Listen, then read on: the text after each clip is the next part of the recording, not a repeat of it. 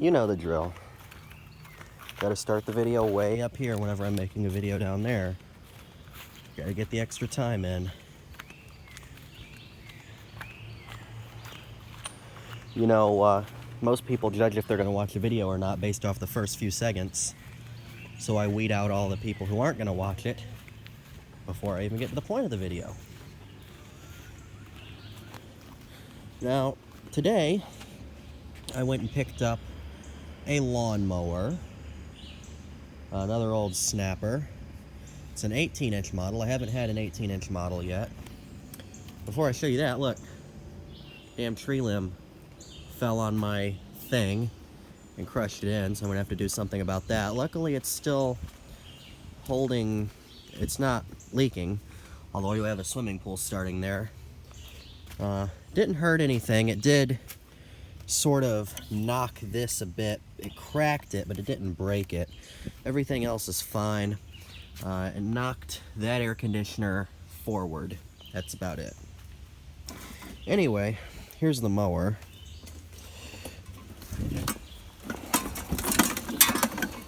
This is a 1976 Snapper 18-inch mower. Of course, the ones I've had before are 21s. I've got my 77, this is like a fully decked out model with the 5-horse Briggs and the self-propel. And then I got this one from 92. And then back here, I've got one waiting for an engine transplant. This one, the engine on it was knocking, so I put this engine on there, and apparently it had a sump gasket or something leaking, and it ran all its oil out, so it went kablooey. So now it's waiting for another engine. I don't like that water sitting on there. It is an aluminum deck, but I'm going to do something about that. This, of course, is a 21-inch model as well. But yeah, I need to find another engine for this one, and the handle is fine, by the way. It's just not attached. But anyway, I went to pick this up, and the guy I bought it from apparently used to own a snapper dealership, so I got some extra parts. I got a couple extra things for the baggers, the chutes, and then I got a couple of extra bags, the two on the end there, the one that's dirty and the one that's very clean. And I don't know why, but these always, that one did, and that one did, but that one didn't, and this one didn't. I never get a grass chute. This one has a bagger attachment that's just been taped off. Why can I never get one with the proper grass chute? Anyway, the other thing I also got, which is kind of neat,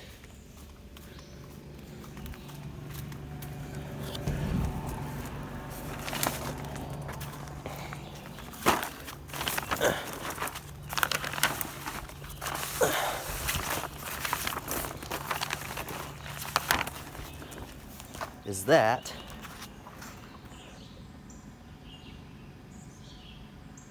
so whenever I get to where I can actually get back in there and there's not a snake. Oh, did you see the snake? There's a snake in here somewhere. See the snake skin up there? So that's great. Anyway, I can put this up.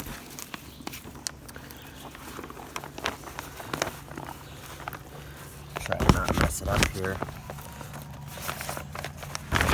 The edges of it are a little bit not great, but it's in pretty decent condition. So that was cool.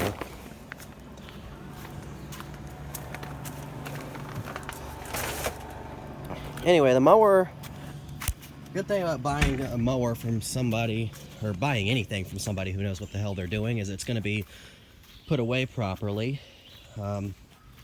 Mower didn't have any gas in it, which was great. Did have oil in it. It was a bit low, but it was really good oil. I don't know how well you can see in there, but the tank was dry when I got it. I put a little bit of gas in there, and that's oil, as you can see. It's not over full. I just had it tipped backwards. It's nice and clean. And I figured I was going to have to take the carburetor apart and whatnot. But I took the top off of it, I filed the points, and it fired right up and ran just fine. So, demonstrate that. This is going to be a cold start. It's not warm at all.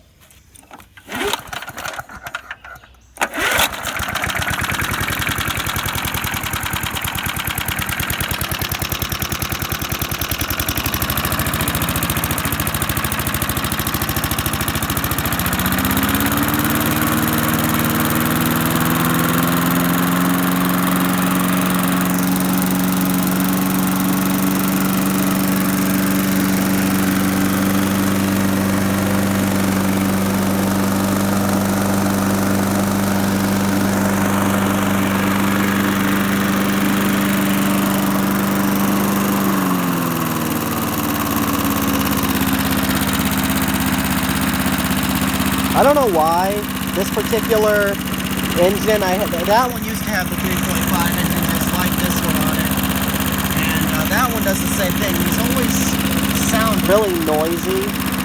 I don't know if it's the valves or what, but I guess it's fine. This thing is smooth. I mean, not even a vibration. I mean, this thing is smooth. If I didn't mention it, I also got 2 new blades for the 18-inch models, and the blade that's on there is almost brand new as well. So that's nice to have. I can't imagine these are too easy to find.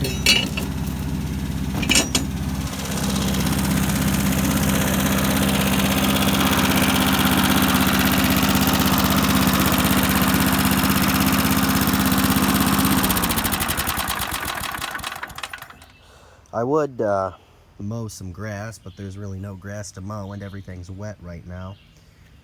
But there you go, 1976. Here's the plate.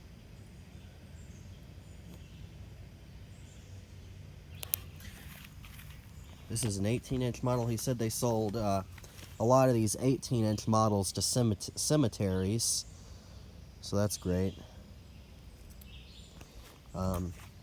And unlike the, I guess you couldn't get a self-propelled 18-inch because this is a non-self-propelled 21-inch model, and you can see it's still got the place for the belt and the self-propelled stuff to bolt to, like it would here.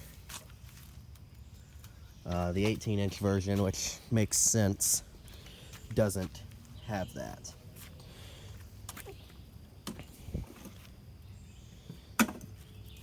These are just very solid feeling mowers. Like, it's very lightweight. Well, compared to that one it is. Because it's aluminum deck. But they're very solid.